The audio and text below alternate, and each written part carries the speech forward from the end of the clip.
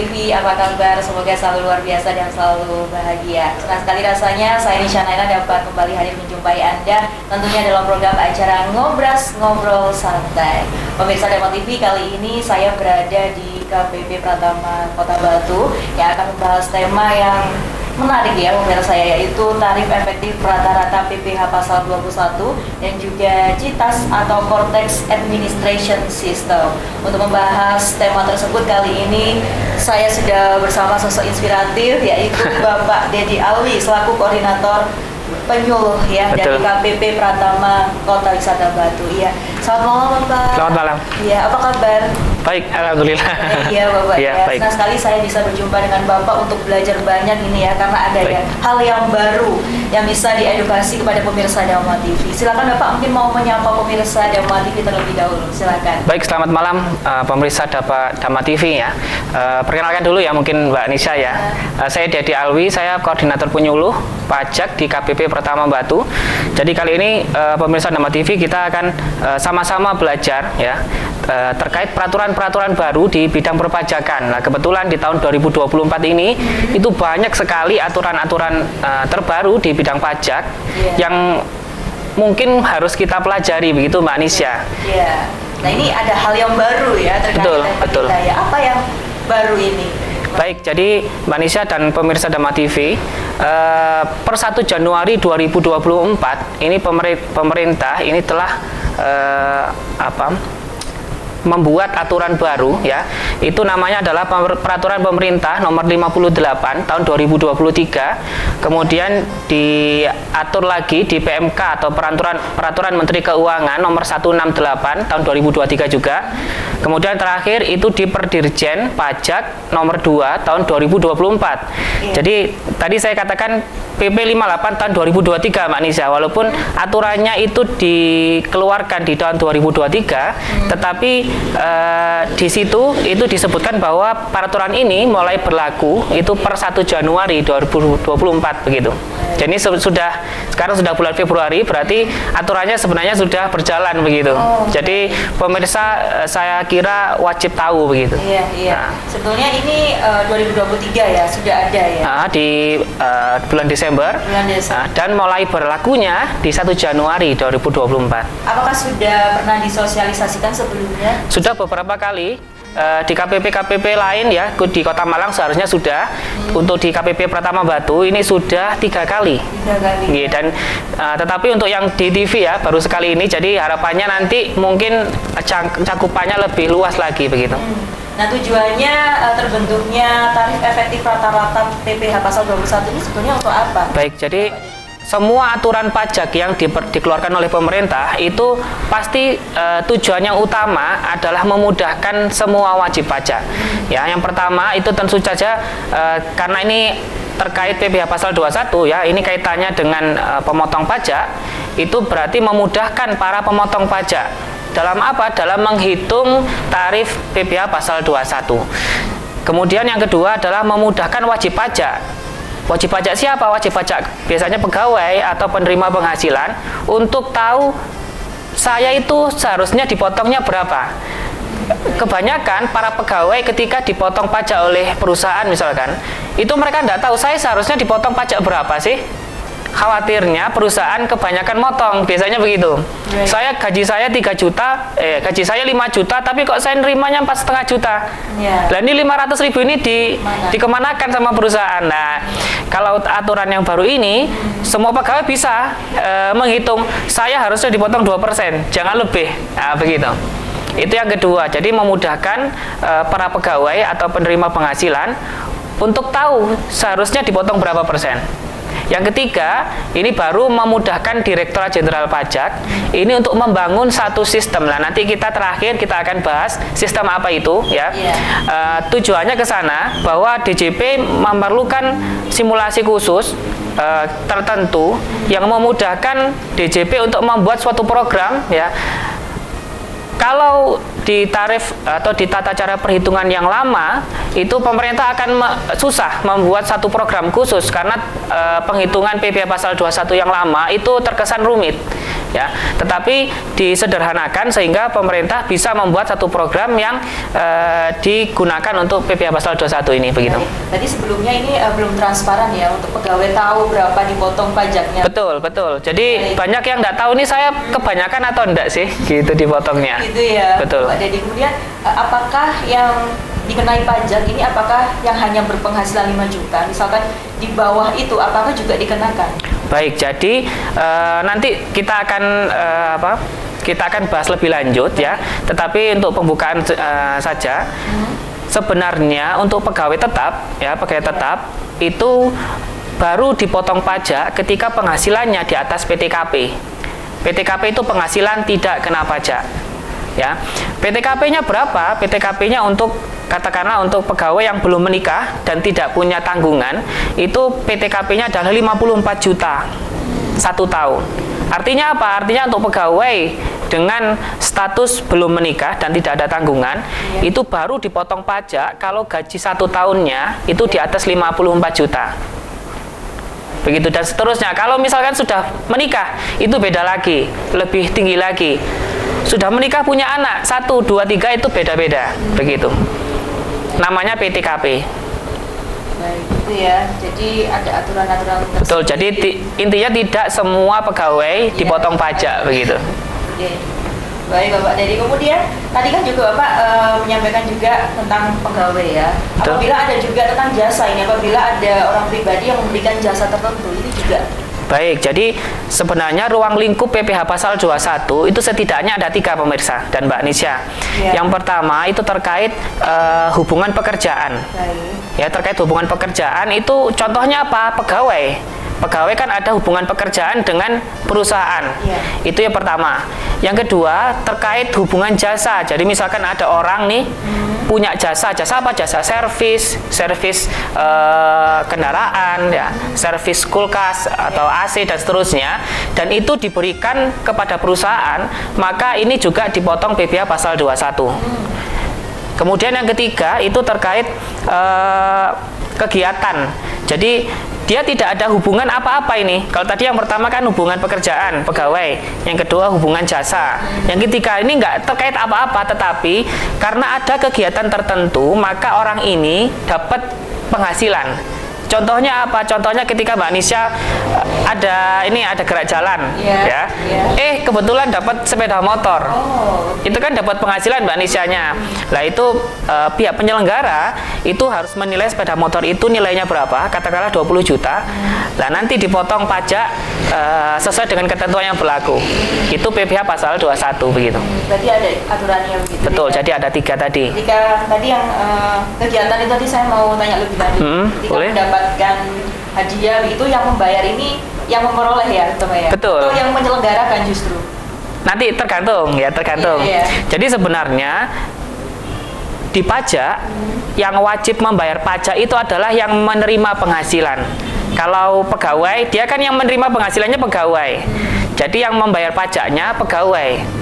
Tetapi perusahaan wajib memotong. Jadi pegawainya tidak bayar sendiri ke kantor pajak, tetapi perusahaannya motong dari gajinya kemudian membayarkan ke negara.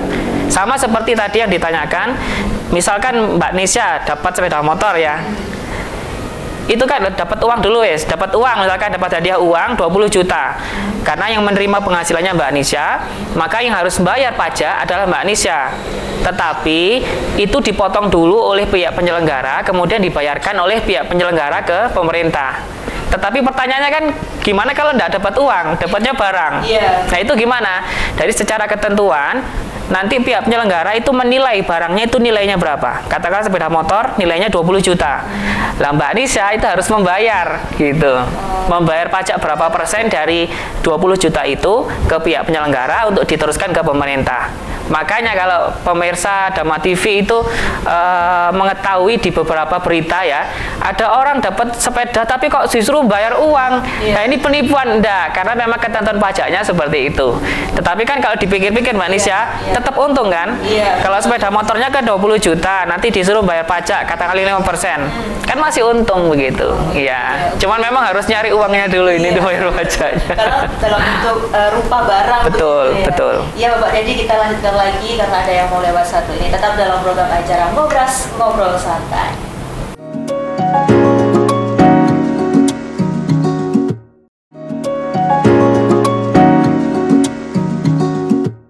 Masih dalam program acara Ngobras, Ngobrol Santai bersama saya Nisha Naila dan tentunya Bapak Dedi. Ya Bapak Dedi, kita lanjutkan lagi ya perbincangan kita terkait tema kita pada malam hari ini, yaitu tarif efektif rata-rata PPh pasal 21 dan juga CETAS atau Cortex Administration System. Ya Bapak, kita lanjutkan lagi. Pertanyaan saya begini Bapak, apakah ada yang diubah? Kemudian apakah tarifnya ini menjadi lebih besar seperti yang beredar di masyarakat untuk PPh 21 ini? Baik, jadi pemirsa dan Mbak Nisha, sempat beredar memang kabar-kabar terkait aturan yang baru ini. Jadi biasa di masyarakat kan kalau dengar pajak itu pasti antipati dulu. Wah, ini apa lagi ini gitu lah. Ini sempat beredar bahwa kalau aturan ini itu untuk meningkatkan pajak yang dibebankan ke pegawai. Jadi ini saya mau klarifikasi pemirsa Dema TV sekalian, bahwa aturan ini sama sekali tidak menambah beban pajak pegawai, begitu ya.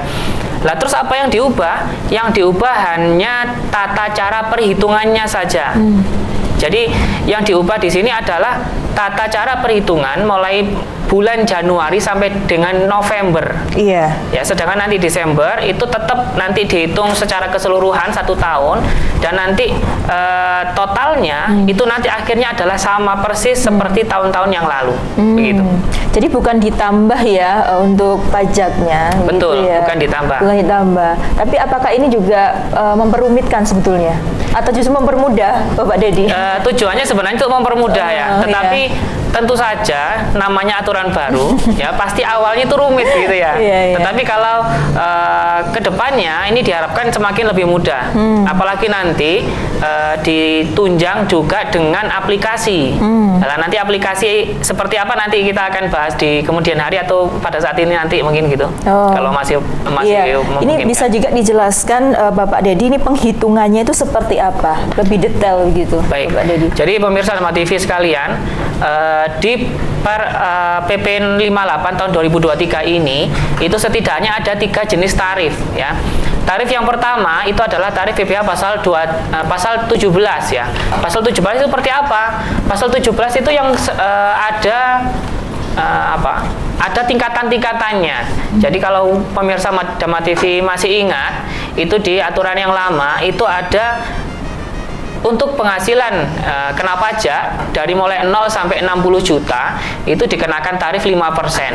Kemudian dari 60 juta sampai dengan 250 juta itu dikenakan tarif 15%. Kemudian tarif 250 sampai 500 itu dikenakan tarif 25%. 500 sampai 5 miliar itu dikenakan 30%, kemudian di atas 5 miliar itu dikenakan tarif 35%. Nah, itu untuk tarif PPh pasal 17. Kemudian selain itu ada tarif efektif bulanan. Nah, ini yang baru. Kalau yang tadi yang pertama itu aturannya sama dengan aturan yang lama. Yang kedua adalah tarif efektif bulanan. Itu ada 3 kategori, yaitu TER ya. Tadi kan saya bilang tarif efektif rata-rata. Ini kita singkatnya TER. TER A, TER B, dan TER C.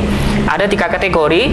Untuk TER A itu untuk PTKP, TK 0, kemudian TK 1 atau tidak kawin 1 anak, kemudian untuk kawin 0 anak. Jadi pajak itu sebutnya kawin, Mbak Nisha, bukan menikah ya. Jadi kalau TK itu tidak kawin, kalau K itu kawin. Kemudian TK 0 itu artinya tidak kawin, belum punya anak. Ya, kalau TK 1 berarti belum kawin tapi ada 1 anak atau 1 tanggungan. Biasanya mohon maaf janda atau duda begitu, atau misalkan tanggungannya orang tua. Itu kita sebutnya TK 1.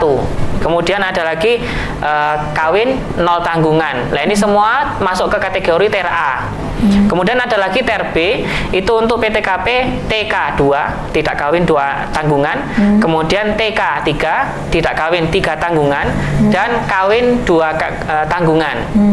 Ada lagi TER C, itu untuk PTKP K3 atau kawin 3 tanggungan. Kemudian yang ketiga, jenis tarif ketiga adalah tarif efektif harian. Itu untuk pegawai tidak tetap dengan penghasilan bruto itu 450.000, kemudian 450 sampai 2,5 juta. Begitu. Jadi ada 3 tarif tadi, ada yang tarif asal 17, tarif efektif bulanan, dan tarif efektif harian. Kemudian lebih lanjut lagi pemirsa dan Mbak Anisya, itu sebenarnya aturan tarif-tarifnya ini lebih banyak sekali. Jadi beda dengan yang lalu. Kalau yang lalu tarifnya sedikit, tetapi cara menghitungannya itu rumit begitu. Jadi sebagai gambaran ya, kalau yang lama itu penghasilan sebulan untuk pegawai itu dikalikan 12 dulu. Baik. Untuk 1 tahun. Kemudian dikurangi PTKP, dikurangi biaya jabatan, ketemulah penghasilan bersih. Nah, penghasilan bersih ini dikenakan tarif PPh pasal 17 yang tadi saya sudah jelaskan. Setelah dapat pajak 1 tahun, itu dibagi 12, ketemulah pajak 1 bulan. Jadi setiap bulan itu perusahaan harus menghitung sedemikian rupa begitu. Yang menghitung perusahaannya. Betul, untuk pegawai tetap ya.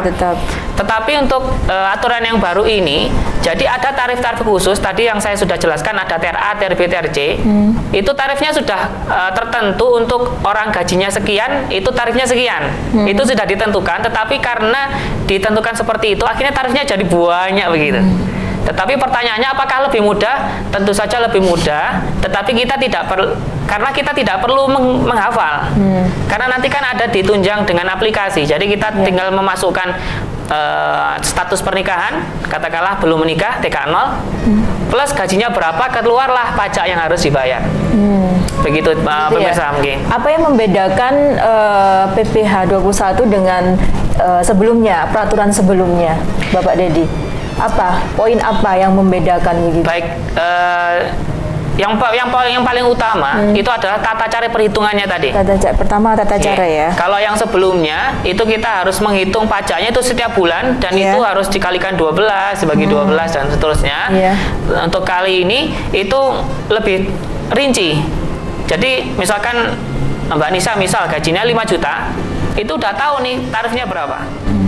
Gitu, jadi udah tertentu. Jadi tidak perlu menghitung 1 tahun dibagi 12, tidak perlu. Ya, itu yang pertama. Yang kedua itu terkait kalau aturan yang lama itu setiap bulan itu ada pajaknya sendiri-sendiri. Tata caranya menghitung tadi pakai pasal 17. Tetapi kalau aturan yang baru sekarang itu untuk Januari sampai November itu berbeda dengan tata cara perhitungan Desember. Untuk mulai Januari sampai November itu pakai tarif TER tadi. Jadi untuk orang statusnya menikah 1 anak, gajinya sekian, itu sudah ketahuan pajaknya berapa. Itu berlangsung sampai dengan November. Setelah Desember, itu nanti dihitung lagi, diakumulasi dengan perhitungan yang lama. Nanti ketahuan pajaknya yang kurang bayar berapa, itulah nanti yang dibayar. Jadi secara total nanti pajak yang dibayar itu sama persis seperti tahun yang lalu begitu.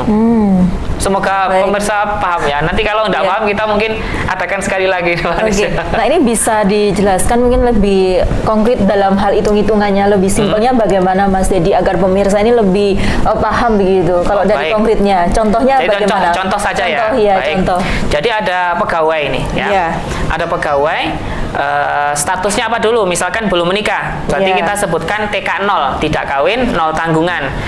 Tadi saya terangkan bahwa untuk TK 0 itu masuk kategori TER A ya. TER A. Kalau pemirsa Dama TV sekalian melihat di aturannya yaitu di PP 58 tahun 2023 untuk TER A ada tabel-tabel khusus begitu. Ya, ada tabel-tabel khusus. Salah satu tabelnya ya sebagai contoh ya, itu di TER A itu sampai dengan 5.400.000 itu tarifnya 0%. Kemudian 5.401.000 sampai dengan 5.650.000 itu tarifnya 0,25%. Katakanlah ini ada pegawai statusnya TK 0, tidak kawin, 0 tanggungan, gajinya 1 bulan 5.500.000. Maka pada bulan Januari misalkan yang bersangkutan kena pajak 0,25% dari 5.500.000. Misal di bulan Februari karena ada lemburan ya atau ada bonus dan seterusnya, gajinya jadi naik, ditambahi bonus misalkan, itu ditambahi 1 juta. Otomatis gaji yang diperoleh di bulan Februari itu jadinya 6.500.000. Iya. Nah, kalau kita lihat di tabel TER A itu 6.500.000 itu masuk ke nomor 5 itu tarifnya 1%. Baik. Jadi yang tadi bulan Januari kena pajak 0,25%, di Februari kena pajak 1%. Baik. Dan seterusnya begitu, nanti dikumpulkan pajaknya sampai dengan bulan November. Oke, berarti hanya 11 bulan. Betul? Ya. Di bulan November, di bulan Desember itu perusahaan menghitung ulang dengan tata cara perhitungan yang lama. Yang tadi yang penghasilan 1 tahun dikurangi biaya jabatan, dikurangi PTKP dan seterusnya, ketemulah pajak yang harus dibayar selama 1 tahun untuk pegawai A ini. Katakanlah ketemulah pajaknya total 2 juta. Lah 2 juta ini dikurangi pajak yang sudah dipotong dari bulan Januari sampai November, ketemulah kurang bayar atau lebih bayar. Lah itulah nanti yang harus ditanggung oleh pegawai pada bulan Desember. Jadi secara akumulatif nanti hitungannya sama persis seperti tahun-tahun sebelumnya. Okay. Yeah. Hanya saja ini mungkin dari segi administrasinya mungkin agak rumit di awal karena kan namanya aturan baru. Iya, betul itu. Tapi sebetulnya tujuannya ini untuk mempermudah pegawainya sebetulnya ya. Tujuan utamanya nanti akan mempermudah wajib pajak, terutama pemberi kerja atau perusahaan begitu. Baik, jadi ini untuk semakin tinggi gaji ini juga semakin besar juga untuk tentu pajaknya. Saja. Iya gitu. Tapi tadi saya menarik juga Bapak Dedi untuk misalkan remburan ya, kadang-kadang lemburan itu kan di luar itu begitu loh. Di luar, maksudnya di luar penggajian setiap bulan kadang-kadang. Ada juga yang menerima dalam arti cash begitu, ada juga yang memang ditaruh bulanan begitu. Nah ini bagaimana apabila tidak masuk begitu Bapak Dedi? Jadi untuk penghasilan ya itu kan masing-masing pegawai atau masing-masing perusahaan kan berbeda-beda. Ada yang perusahaan itu sama terus ya, entah lembur entah enggak itu sama gajinya.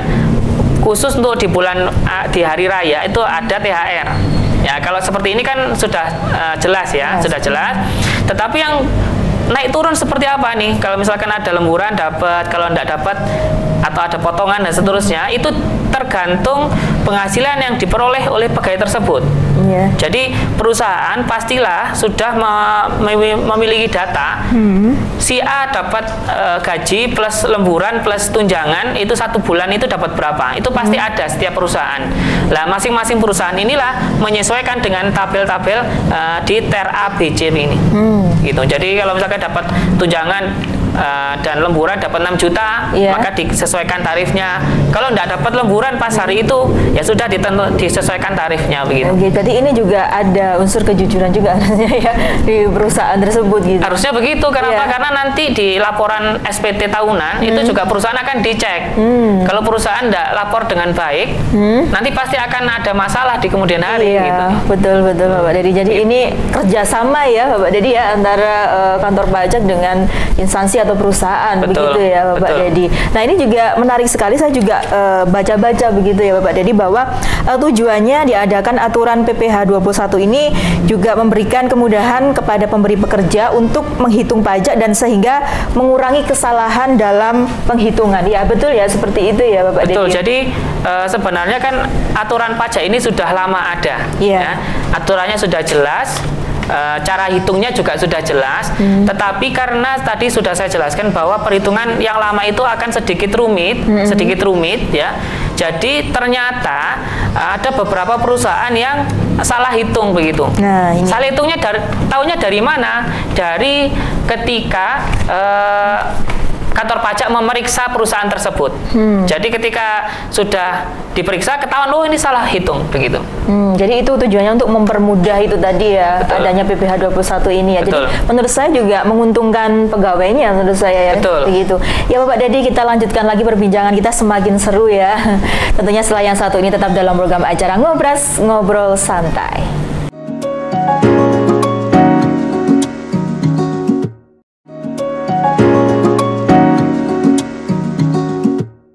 Terima kasih Anda masih bersama kami dalam program acara Ngobrol Santai bersama saya Nisha Naila dan tentunya Bapak Dedi dari KPP Pratama Kota Batu. Ya Bapak Dedi, kita lanjutkan kembali perbincangan kita terkait yang baru ini, yaitu PPH 21 ya pemirsa Dama TV. Tadi yang saya tanyakan adalah ada yang tentunya diubah. Nah, yang saya tanyakan kali ini adalah apa yang tidak diubah dari PPH 21 ini? Baik, silakan jadi, Bapak Dedi. Pertanyaannya bagus Mbak Anisya. Pemirsa Dama TV sekalian, jadi walaupun ada aturan baru ini yaitu PP 58 tahun 2023, tetapi sejatinya tidak semua berubah. Ya, tadi kan sudah diterangkan bahwa yang berubah adalah tata cara perhitungan pajak untuk masa Januari sampai dengan masa November. Tetapi sebenarnya ada beberapa penghasilan yang tidak diubah tata cara perhitungannya. Contohnya adalah untuk peserta kegiatan. Peserta kegiatan itu sama seperti tahun-tahun sebelumnya, ya, yaitu pasal 17 ya kali ini sebentar ya. PH bruto kali pasal 17 ya. Kemudian untuk bukan pegawai ya, bukan pegawai itu atas jasa misalnya begitu, itu dikenakan tarif 50% kali PH bruto kali tarif pasal 17. Jadi tidak semua, intinya tidak semua diubah, jadi ada beberapa yang tetap atau masih sama dengan aturan yang lama. Mungkin yang berubah itu sebagai simpelnya saja Mbak Nisha, itu adalah terkait perhitungan untuk pegawai tetap begitu. Untuk peserta kegiatan atau untuk bukan pegawai terkait terkait penghasilan atas jasanya itu sama seperti tahun-tahun yang lalu. Dan mungkin satu yang harus ditekankan yaitu terkait penghasilan atas dokter Mbak Anisya.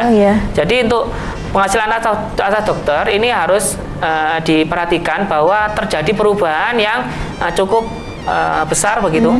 Jadi kalau yang sebelumnya itu untuk tarif dokter ini agak rumit ya, maksudnya untuk ini untuk perhitungan pegawai dokter ya, pegawai di rumah sakit begitu maksudnya. Itu kalau sebelumnya ini penghasilan dokter itu diakumulatif ya, diakumulasi dari bulan ke bulan, kemudian dikalikan 50%, baru dikalikan pasal 17.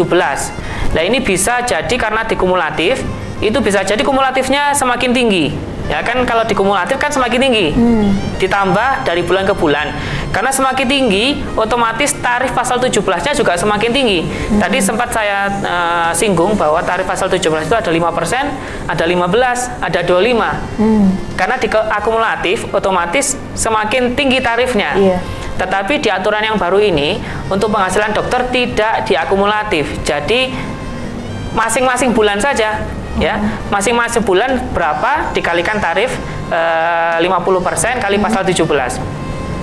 Jadi otomatis tarifnya juga semakin kecil begitu pemirsa sekalian. Jadi beda dengan yang pegawai tetap tadi ya? Betul, kalau dokter itu memang hitungannya bukan pegawai. Di pajak, walaupun dokternya itu pegawai rumah sakit, tetapi di pajak istilahnya adalah bukan pegawai. Apa istilahnya? Khusus dokter. Khusus dokter ya. Dianggap bukan pegawai. Kalau untuk ini pegawai negeri sipil atau PNS dan juga misalkan angkatan TNI gitu juga? Itu sama dengan pegawai tetap. Oh, sama berarti. Betul. Ya kalau itu. Tetapi kalau untuk PNS seperti kami di pajak itu semuanya sudah dihitung oleh KPPN atau Kantor Perbendaharaan Negara. Itu adanya di Malang kalau di Batu. Jadi ini khusus untuk dokter ataukah pegawai rumah sakit Bapak Dedi? Khusus dokter saja. Jadi kalau misalkan rawat kemudian atau yang hal-hal yang lain terkait di rumah sakit pekerjaan jadi tidak. Di pajak itu ada klasifikasinya. Ada pegawai tetap. Ada pegawai tidak tetap. Ada bukan pegawai. Nah kalau pegawai tetap ini dia masuk setiap bulan, dapat gaji bulanan. Pegawai tidak tetap kadang masuk kadang enggak, sesuai dengan kebutuhan. Kalau bukan pegawai ini ada klasifikasinya. Dokter, pengacara, notaris itu di pajak itu disebut bukan pegawai, walaupun kenyataannya yang bersangkutan itu pegawai di satu instansi tertentu. Kayak notaris misalkan pegawai di KAP. Nah, itu tetap kami nyebutnya bukan pegawai. Kenapa? Karena hitungan pajaknya itu berbeda. Oke. Nah, untuk bukan pegawai ini yang dihitung apakah khusus hanya dokter atau tadi yang disampaikan Bapak Dedi ada notaris, pengacara dan lain sebagainya? Semuanya. Semuanya. Asal bekerja di satu instansi tertentu.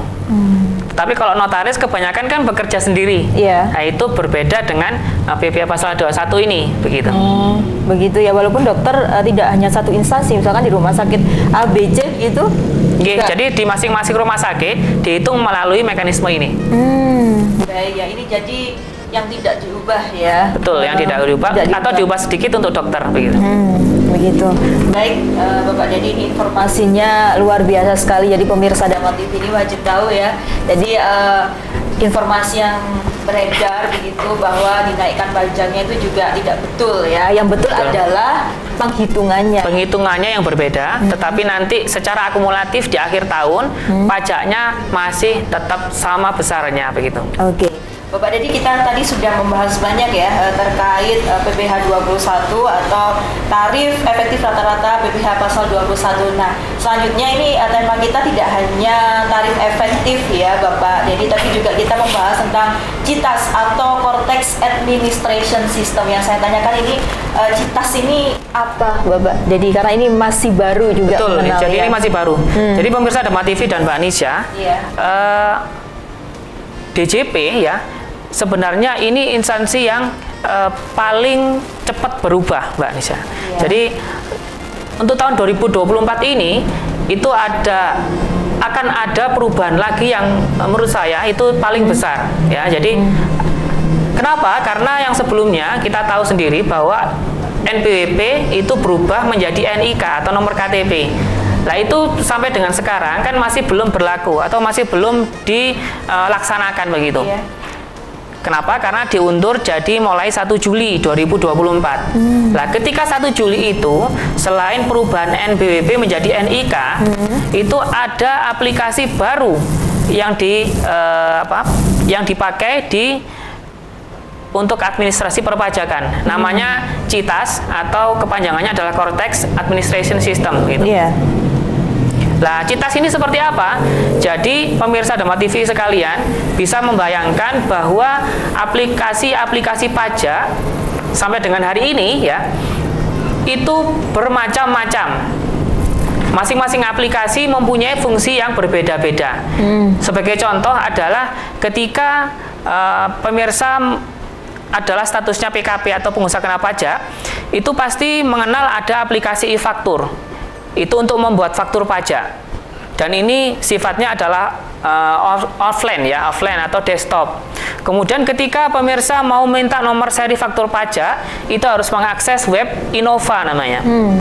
Ketika pemirsa mau laporan SPT PPN, itu harus mengakses web namanya web e-faktur. Jadi bayangkan saja ada 3 aplikasi yang berbeda-beda dan tidak saling terhubung satu sama lainnya. Dan itu hanya untuk PPN saja. Kalau untuk lapor PPh itu ada namanya DJP online, ya. Ada aplikasi SPT unifikasi dan seterusnya. Jadi memang sangat disayangkan sampai dengan hari ini itu masih terpecah-pecah seperti itu. Lah harapannya tentu saja ada satu aplikasi. Jadi wajib pajak hanya cuman satu akses saja untuk semua layanan perpajakan. Nah, inilah CITAS itu diwujudkan seperti itu. Oh, jadi ini tujuannya untuk mempermudah dan juga efisien ya tentunya ya. Bapak Dedi ya. Kemudian tentu saja pemirsa nanti terkait CITAS ini nanti akan disosialisasikan lebih lanjut karena memang masih 5 bulan lagi. Kemudian manualnya nanti pasti akan ada manual booknya dan seterusnya. Nanti ditunggu saja sosialisasi dari kantor pajak terdekat begitu. Oke, nah ini karena sistem CITAS ini masih baru gitu Bapak Dedi ya. Jadi ini sebetulnya untuk sistem CITAS ini tujuannya sebetulnya untuk apa? Jadi tujuan utama dari pemerintah membuat aplikasi ini tentu saja mempermudah wajib pajak. Jadi sekali lagi semua kebijakan-kebijakan pemerintah yang ada itu tujuannya satu, yaitu mempermudah wajib pajak. Contohnya CITAS ini, jadi nanti diharapkan di satu aplikasi ini wajib pajak itu bisa mendaftar NPWP, ya. Kemudian bisa membayar, bisa melaporkan NPWP, bahkan layanan terbaru nanti akan ada wajib pajak itu bisa mengajukan pelatihan pajak lewat aplikasi CITAS ini begitu. Nah, Menunya seperti apa? Sebenarnya video tutorialnya itu sudah diupload di YouTube Dirjen Pajak RI ya, Dirjen Pajak RI. Nanti pemirsa bisa di search ya di YouTube. Itu nanti di YouTube-nya Dirjen Pajak RI. Nah, di situ ada istilahnya apa ya, bocoran. Nanti menu-menunya seperti apa, kemudian layanan-layanan yang ada akan seperti apa begitu. Cuman menunya, aplikasinya memang belum bisa diakses karena masih dalam tahap pengembangan atau penyesuaian dan aturan yang ada. Oke, tapi ini segera launching gitu kan? Terus kalau launching nanti di 1 Juli 2024. Oke, nah kemudahan-kemudahan apa yang bisa diperoleh wajib pajak ini ketika menggunakan Citas? Tapi bisa dijawab setelah yang satu ini. Tetap dalam program acara Ngobras, Ngobrol Santai.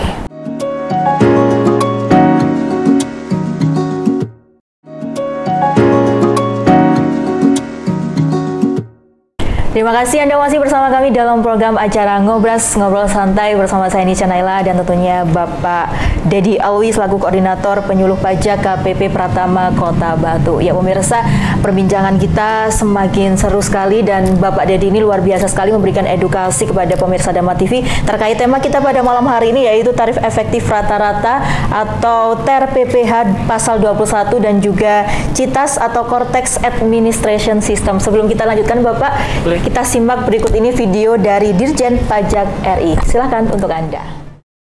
Halo kawan pajak. Direktorat Jenderal Pajak sedang mereformasi Cortex Administration System. Ingin tahu pembaruan layanan perpajakan? Apa saja manfaat dan fiturnya? Saksikan video ini sampai akhir ya.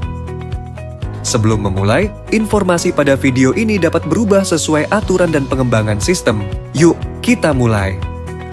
Apa tujuan reformasi layanan perpajakan? Tentunya untuk membantu peningkatan kepatuhan kawan pajak. Tersedia layanan informasi, edukasi, dan layanan administratif yang penting bagi pelaksanaan hak dan kewajiban kawan pajak. Lalu, apa manfaatnya? Omni-channel and borderless, jangkauan layanan dan informasi lebih luas. Universal, dapat dimanfaatkan juga oleh non-wajib pajak. Terintegrasi, riwayat penggunaan informasi lebih andal. Mudah diakses, layanan mudah dilakukan secara mandiri. Keren bukan? Apa saja proses bisnis layanan perpajakan? Yuk kita bahas. Pertama, layanan edukasi. Terdiri dari reservasi kelas pajak, permohonan edukasi perpajakan, dan materi edukasi. Saat reservasi, pilih sendiri kelas yang ingin dihadiri, baik kelas dari kantor pajak tempat kawan pajak terdaftar maupun kelas dari kantor pajak seluruh Indonesia. Untuk reservasi, lakukan melalui portal wajib pajak. Pilih kelas pajak yang kawan pajak inginkan pada menu kegiatan kelas edukasi. Daftar kelas pajak dapat juga dilihat di www.pajak.go.id. Tidak menemukan kelas yang kawan pajak butuhkan? Silakan ajukan permohonan edukasi perpajakan sesuai kebutuhan kawan pajak. Dengan menu ini, kawan pajak dapat meminta narasumber, moderator, dan panelis dari kantor pajak. Termasuk untuk kegiatan kawan pajak berupa pelatihan atau pendampingan bagi pihak ketiga, seperti Business Development Service, serta uji pemeringkatan relawan pajak bagi pihak tertentu. Permohonan edukasi dilakukan lebih mudah melalui portal wajib pajak. Ajukan permohonan pada menu buat permohonan program edukasi. Permohonan edukasi dapat juga disampaikan tertulis melalui pos atau jasa ekspedisi, atau disampaikan secara langsung ke kantor pajak. Kawan pajak ingin belajar pajak secara mandiri? Manfaatkan materi edukasi yang tersedia dalam layanan edukasi. Seperti materi edukasi berupa paparan, infografis, buku, leaflet, dan sebagainya, termasuk kelas pajak dalam bentuk e-learning. Materi edukasi dapat diperoleh dari portal wajib pajak. Cari materi dan kelas e-learning yang sesuai pada menu education material. Kedua, layanan informasi dan pengaduan. Layanan komunikasi dua arah kawan pajak, termasuk non-wajib pajak, dengan Direktorat Jenderal Pajak. Dengan layanan informasi perpajakan, kawan pajak dapat melihat informasi perpajakan secara umum maupun informasi terkait kawan pajak sendiri. Seperti riwayat interaksi informasi pajak, baik yang berasal dari sistem DJP maupun luar DJP. Bagaimana bila kawan pajak puas atau tidak puas dengan layanan DJP? Manfaatkan layanan untuk mengajukan pengaduan. seperti terdapat pelayanan perpajakan tidak sesuai ketentuan, atau terdapat dugaan pelanggaran kode etik dan disiplin pegawai, atau adanya dugaan tindak pidana perpajakan, termasuk yang dilakukan masyarakat umum.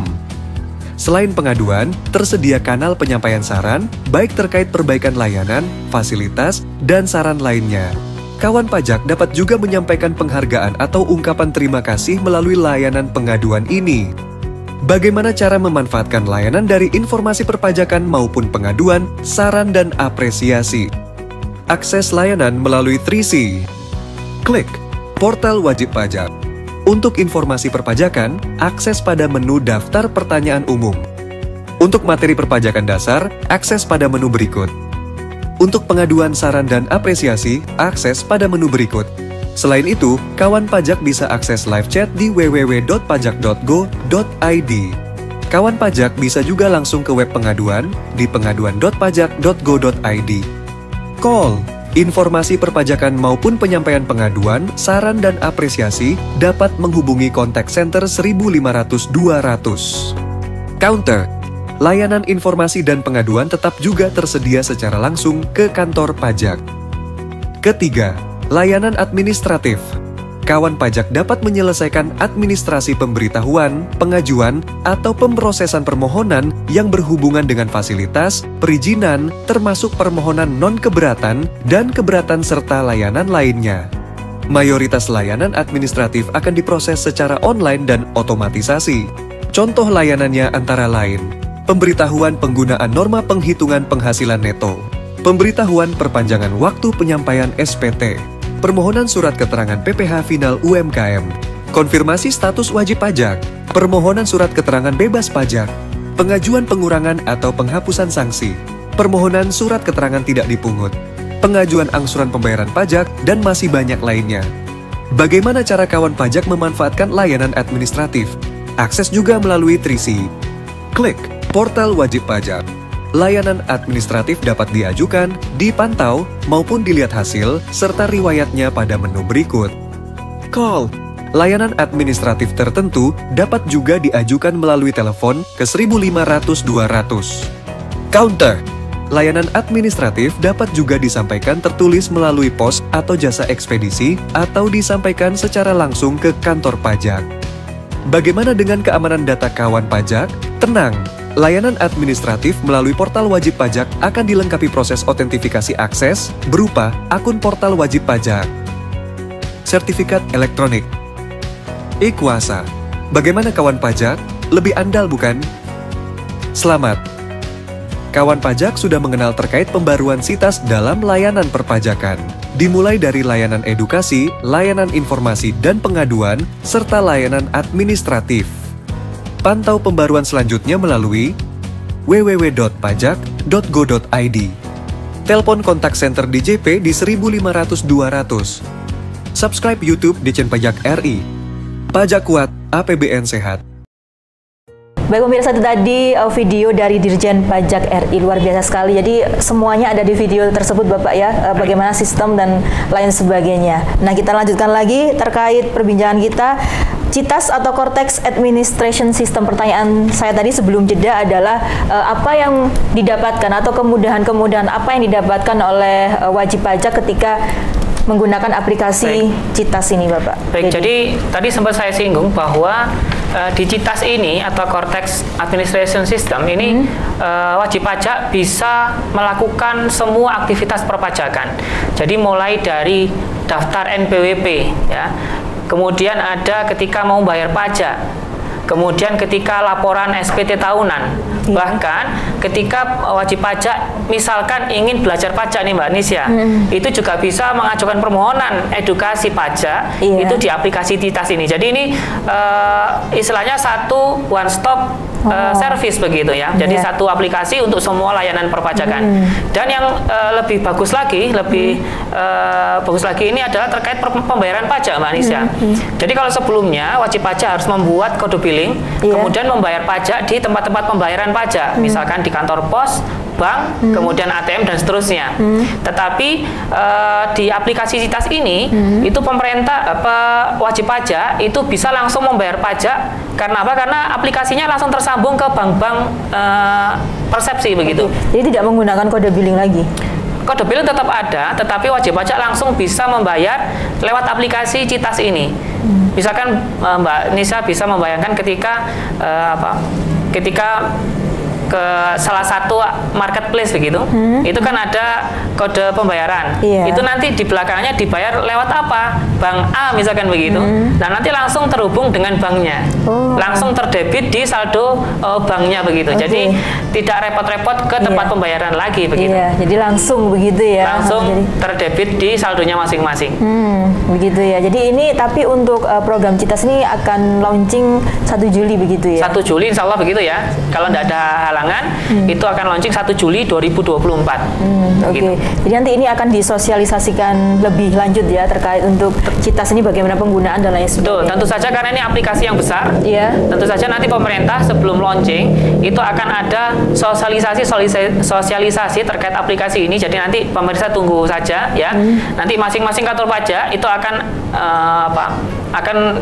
dengan masif begitu akan mensosialisasikan aplikasi ini. Nah, karena ini tujuannya adalah untuk kebaikan ya, memudahkan wajib pajak. Tentunya ini mari kita dukung bersama-sama ya untuk program ini agar segera terrealisasikan pada bulan 1 Juli 2024. Pemirsa nantikan ya ini ya. Saya juga menantikan ini program-program Citas ini Bapak Dedi. Nah, Bapak Dedi sebagai kesimpulan ya, tadi kita sudah membahas banyak terkait TER pasal 21 PPh 21 begitu. Kemudian juga kita membahas tentang Citas. Nah, ini bisa disimpulkan atau bisa direview kembali terkait program-program baru ini, Bapak. Baik, jadi pemirsa Dharma TV sekalian, terkait aturan yang baru ini yaitu PP 58, kemudian PMK 168 dan Per 2 tahun 2024. Saya mau tekankan bahwa tarif atau besaran pajak yang dipotong kepada pegawai itu adalah sama besar, jadi tidak tambah naik begitu. Yang berubah apa? Yang berubah hanya tata cara perhitungan pajaknya untuk masa Januari sampai dengan masa November. Untuk masa Desember nanti akan dihitung lagi dengan tata cara yang lama, sehingga nanti diusahakan adalah sama besar, ya sama seperti tahun-tahun yang lalu begitu. Kemudian yang kedua, terkait TER ini, tadi belum sempat disinggung Mbak Anisya, terkait pelaporannya bagaimana. Jadi kalau pelaporan yang sebelumnya, itu wajib pajak harus menginput di aplikasi offline, namanya ISPT PPh pasal 21. Nah, untuk per 1 Januari 2024, aplikasi itu tidak bisa dipakai lagi. Kenapa? Karena perubahan tata cara perhitungan. Nah, terus bagaimana? Pemerintah sudah menyediakan aplikasi iBupot PPh pasal 21 itu di website djponline.pajak.go.id begitu. Jadi nanti wajib pajak silakan akses iBupot PPh pasal 21 ini di DJP online masing-masing. Nah, dari DJP online tadi nanti pemirsa bisa langsung laporan SPT masa PPh pasal 21 dengan aplikasi TER ini begitu.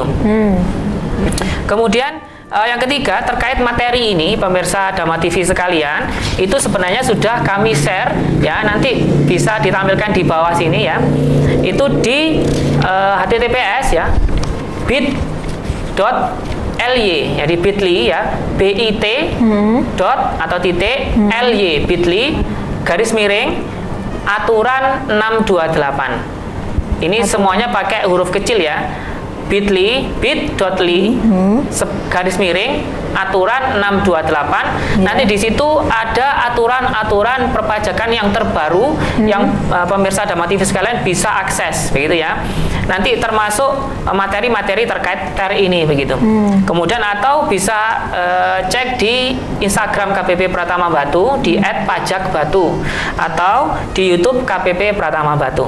Nah, dan nanti di situ juga kami upload video-video terkait sosialisasi aturan ini. Jadi nanti kita kan tadi sudah sampaikan bahwa KPP Pratama Batu sudah beberapa kali melakukan sosialisasi lewat Zoom. Nah, itu sudah kami videokan dan kami upload di YouTube KPP Pratama Batu. Begitu. Jadi sudah jelas ya pemirsa Dama TV ini, semoga bermanfaat untuk tema kita pada malam hari ini. Mungkin sebagai pertanyaan saya terakhir begitu, himbauan kepada pemirsa Dama TV, Bapak Dedi, terkait program kita ini, bagaimana seharusnya menjadi wajib pajak yang taat aturan. Silahkan kepada pemirsa Dama TV. Baik, jadi pemirsa Dama TV ini sekalian menutup ya, Mbak Nisha ya. Jadi ini sudah bulan Februari, ini masa-masanya lapor SPT tahunan.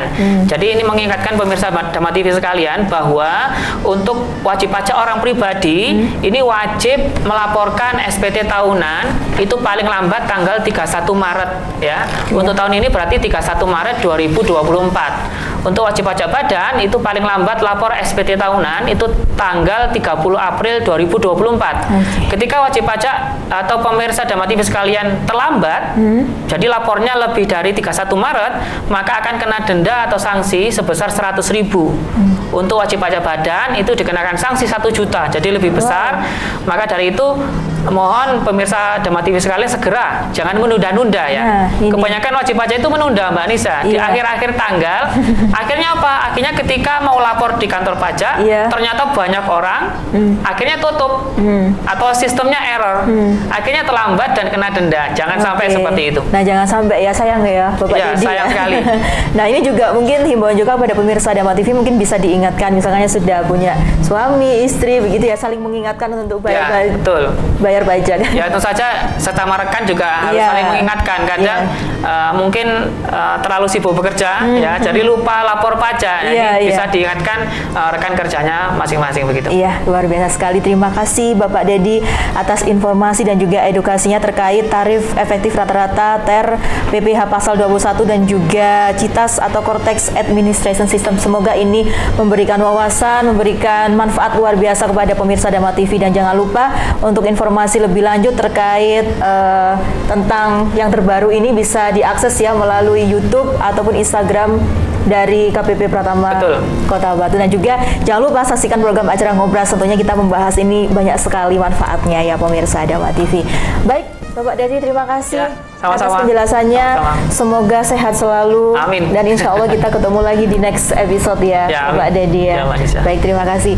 Baik pemirsa Dama TV, itu tadi perbincangan saya dengan Bapak Dedi Alwi selaku Koordinator Penyuluh Pajak KPP Pratama Batu. Saksikan terus program acara Ngobras setiap hari Senin pada pukul 19.00 waktu Indonesia Barat hanya di Dama TV. Akhir kata, saya Nisha Naila beserta kru yang bertugas mengucapkan terima kasih atas kebersamaan Anda. Dama TV selalu damai di hati. Selamat malam dan sampai jumpa.